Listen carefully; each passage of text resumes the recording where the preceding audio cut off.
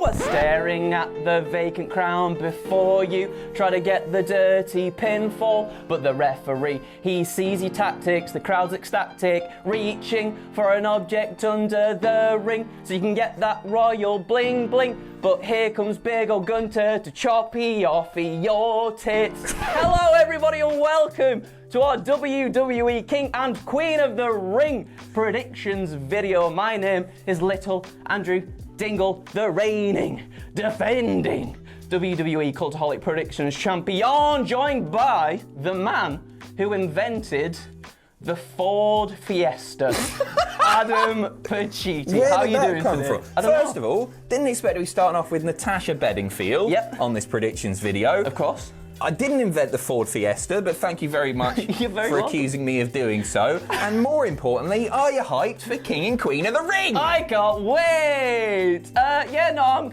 there. I'm about there. I'm looking forward to, hopefully, fingers crossed, I feel like definitely seeing Gunther as the King of the Ring and bringing prestige to such a moniker as well. What about you? Yeah, I am looking forward to it. I think all the matches look really decent on paper. Yeah. It's a shorter card than I thought it was going to be. We've only got 5 matches announced. We are recording this, by the way, on Tuesday afternoon. So I don't think anything's going to get added by tomorrow, but 5 matches. That's all we got.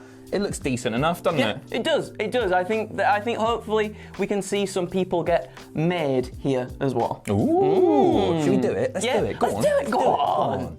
First up, we're going for the WWE Undisputed Championship match between Cody Rhodes, the champion, and the United States champion, Logan Paul. Adam, who are you going to go for in this one? We thought I'd get this out of the way early because it's the most predictable match on the card. Absolutely. I'm going for Cody Rhodes. Who are you going for? Oh, surprise, surprise, Scylla. I'm also going for Cody Rhodes as well. I mean, there's nothing much else to say, is there? You know what? I think there's going to be a really, really good near fall in here somewhere where it looks like Logan might actually do the unthinkable. I reckon he might hit Cody with the knucks or something like that. Cody will be laid out and he'll power out at 2.999 and it'll be fine. But I think it'll be a decent match. I'm a little bit pissed off, right? Because Logan Paul has barely defended the US title and they could have got him on the show defending the US title. He didn't need to be involved here. I would have preferred an AJ Styles rematch, to be honest. Oh, that would have been so good as well, wouldn't it? And I know Cody beat him clean and everything, but it was such a great match.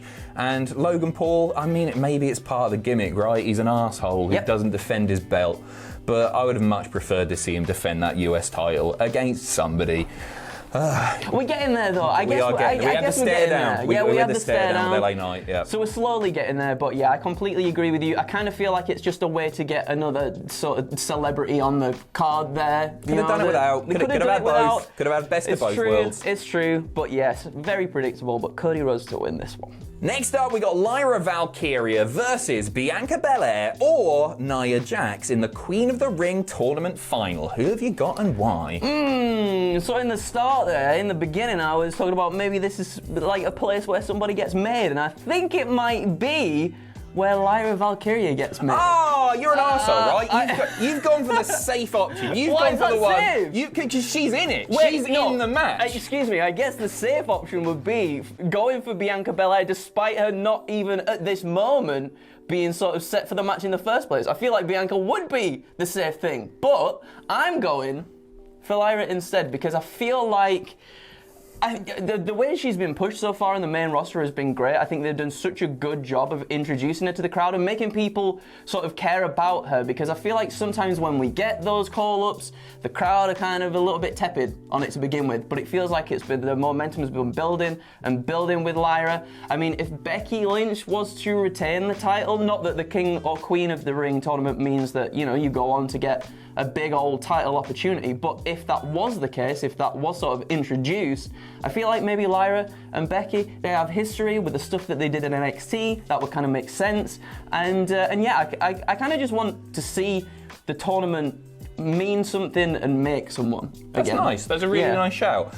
So you're saying Bianca's safe? I think Lyra is a fairly safe shout because she's definitely in the match, and we don't know between Nia and Bianca. I'm going for Nia Jax. Right. Sorry, what? No. What? So I think Nia would be the most fun winner of the Queen of the Ring tournament. I think she would be a brilliant Queen of the Ring. I think it's going to play out like this on Friday. So Nia is going to win the match via shenanigans once again. We saw it in the Jade Cargill match. I think they're going to do something a little bit similar where Nia grabs the chair or something like that. Jade comes out and she gets the chair off her. Nia does the Eddie Guerrero. Boom! Out on her back. It's like the referees, oh my God, she has been attacked. Ding, ding, ding! Nia advances via DQ. And then Nia goes on to win at the pay-per-view itself as well, because I think she'd be such a laugh as Queen of the Ring. It's got sort of shades of Shane McMahon best in the world, right? It was laughable because Shane obviously isn't the best in the world. Nia, for a long, long time, and it's getting better, but still there's a lot of fans who think that she is dangerous and she can't wrestle and all that. That, with the gimmick of her being Queen of the Ring, works wonders. That's great heel work. Man. And if she embraced that, saying, oh, I'm Queen of the Ring, and everybody, what the hell, Nia Jax, Queen of the Ring, I think that's an outrageous shout. It's going to be nice. It's going to be nice. I think, do you know what? You've kind of actually pulled me around to that idea now. That's a really good idea. And I feel like maybe it's something that they would kind of pull the trigger on as well. Yeah. For sure. Yeah, no. I'll take your Nia Jax after sort of laughing it off earlier. Thank you. Cheers. It's not safe, but it's creative. It is. And I reckon they might maybe go with it. If Nia advances, on Friday, I'll feel a lot better about this pick, but she might be out of it before the pay-per-view. Hey, I like taking risks, which is why I rarely hold that belt. Next up for the Women's World Championship, we have the champion Becky Lynch defending against Liv Morgan. She's on a bloody revenge tour, Adam. Who are you going to go for? This is a tough one. I'm going to go for Becky. I think Liv's going to do it, but I don't think she's going to do it here. And really, I'm so set on Nia Jax winning, and I don't think they're going to do 2 heel wins on the women's side of things. So I think Becky wins it this time, and then Liv picks it up a little bit further down the line, getting ready for Rhea's comeback. I don't think it's going to happen here, but it might do. It might. Who are you going for? I'm going for Liv. You know what? I didn't think about the heel and babyface thing about the tournament aspect of it there either, but I guess if Lyra was to win, babyface right there, and then I just want to see Liv pick up the win in this one. She's been picking up a few losses. I think now's the right time for her to win the championship. I feel like she should have won it in the Battle Royale itself that we had a few weeks ago. And yeah, I think we just need to ramp up, as she's talking about, the revenge tour. She needs the belt, she needs Dominic Mysterio, she needs absolutely everything that Rhea Ripley can't have at the moment because she's injured. So when Rhea does finally come back, she's got nothing. Rhea's revenge tour is played out perfectly. Liv's revenge tour. Sorry, Liv's revenge tour. You've mentioned there a really interesting component, which is Dominic Mysterio. I think Dominic might get involved, and then I'm screwed. We'll see, won't we? I guess I'm not we sure will. on this one. Next up, Sami Zayn versus Chad Gable versus Bronson Reed. It's triple threat action with the Intercontinental title on the line. Who have you got and why? No, it's not Shoot Boy. It's Mr. Sami Zayn. At one point, and when I say one point, I'm even talking about last week. I was like, ooh, I think Chad Gable should absolutely do it. After what happened this week on Raw with Otis helping Gable get the win over Sami, I feel like that's less likely to happen now at the pay-per-view. Yep. And I feel like Sami Zayn is 100% walking out of Saudi Arabia with the title still firmly around his waist and or shoulder wherever he doth decide to don it. So yeah, I feel like this could also be the place. We saw on Raw, we saw Otis being like, I'm sorry for interfering in your match, Mr. Sami Zayn. He does talk like that. He does. And Sami was like, hey, maybe you should listen to the crowd and drop this loser over here. And I feel like that could play into the match as well. I feel like maybe in the final moments, Chad is telling, Otis to get in, do this, do whatever. And then Otis is finally like, no, I'm not doing that. I'm sticking to me guns. I'm a good boy. And that helps Sami sort of pick up the win. I don't think Sami holds it for too long after, though, because I think a big man in the name of Bron Breakker comes around to finally be his next challenger, or at least I'm hoping so. No, Gable's going to get it off Sami, but in singles reckon? action and with help from the Creeds. Oh, man, I know it's predictable. I think that's where it's going. It could be Bron Breakker. That'd be interesting to see.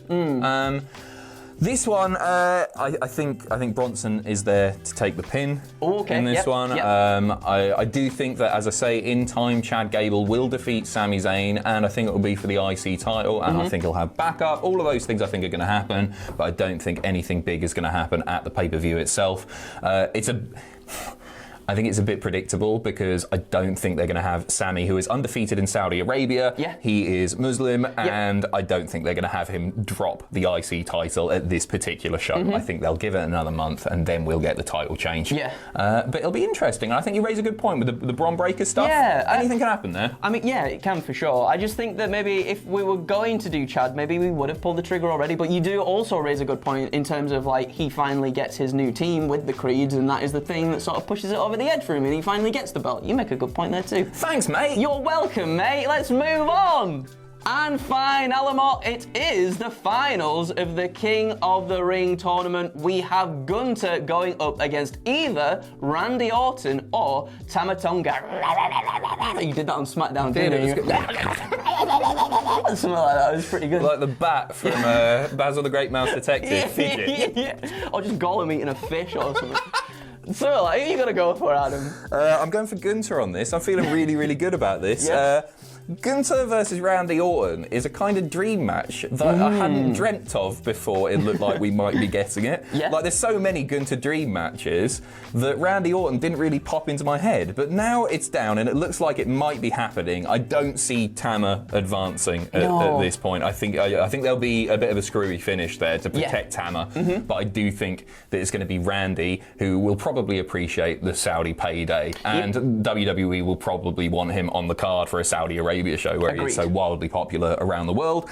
Yeah, man, it's going to be amazing, isn't it? I'm really looking forward to it. Gunther versus Randy Orton. Gunther's going to win. Gunther's going to win this one because Randy is somebody who definitely doesn't need to be King of the Ring because he's done it all in his legendary career. This could, I don't even want to say make Gunther because he's a made man already. He is. It's another feather in the cap for him, isn't it? Which is cool. Yes, because, it's great. Finally, and fingers crossed, hopefully, this genuinely brings prestige back to the tournament as well, because it was something I used to love as a kid watching. Being like, oh my god, what, this person's won, where's it going to take them going forward? And hopefully this does, Gunther, again, already deserves to be in the main sort of title picture as it is anyway, but this just really solidifies it and hopefully makes King of the Ring feel like about wrestling again. It's not about the gimmick, it's about holding that moniker and it's about making something out of it as well. Yeah, on the King side, but on the Queen side, you've got Nia Jax doing a gimmick. Well, we can have a bit of both, don't we? Exactly. Like to mix and match. That's why it's so good. That's why it's so good. But I feel like Gunther, Randy will have an absolute banger.